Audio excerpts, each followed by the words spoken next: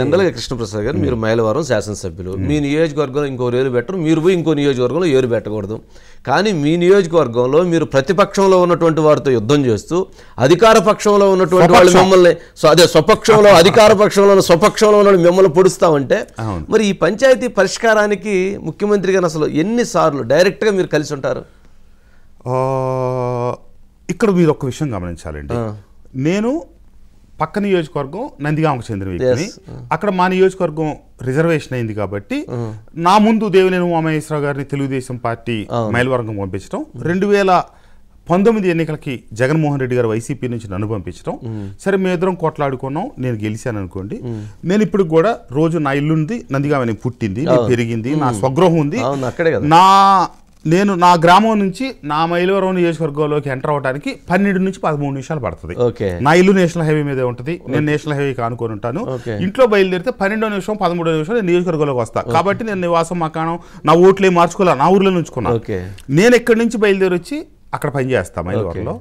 అదే మైలవరం నియోజకవర్గానికి సంబంధించిన జోగి రమేష్ గారు ఇబ్రహీంపట్నం వాసి, వారు 2014లో మైలవరం నుంచి పోటీ చేశారు. సరే వారు ఓడిపోయారు, గెలుపోవటం సాధ్యం అనుకోండి. తర్వాత జగన్మోహన్ రెడ్డి గారి మార్పుల్లో భాగంగా వారిని పెడన పంపించారు. నేను ఎక్కడి నుంచి వచ్చి అక్కడ పనిచేస్తాను, వారు ఎక్కడి నుంచి వెళ్ళి పెడనలో పనిచేస్తారు. నేను ఈ గడిచిన 6 సంవత్సరాల కాలంలో నందిగామ నియోజకవర్గంలో వైఎస్ఆర్ కాంగ్రెస్ పార్టీకి నా వంతు సహాయ సహకారాలు ఏమన్నా కావాలో అందించాను తప్పితే ఒక్కరోజు ఒక వ్యతిరేక వార్త ఒక సోషల్ మీడియా గ్రూపుల్లో ఉంటాం, అక్కడ భిన్నమైనటువంటి పార్టీలకు వ్యతిరేకంగా ఒకటి పనిచేయటం కానీ, ఒక వార్త పెట్టించడం కానీ, ఫ్లెక్సీలు పెట్టించుకోవటం కానీ, ఆధిపత్య పోరాటం కానీ నేను చూపించలేదు. అదే పరిస్థితి నేను మరి మైలవరం నుంచి కూడా ఆశిస్తా కదా. అంతే కదా.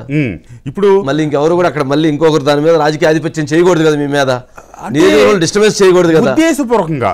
ఇప్పుడు చేస్తా ఉన్న అంశాలని వారి దృష్టిలోకి తీసుకెళ్తే దాన్ని వారు తక్షణం పరిష్కరించడానికి వారికి అవకాశం ఉంది.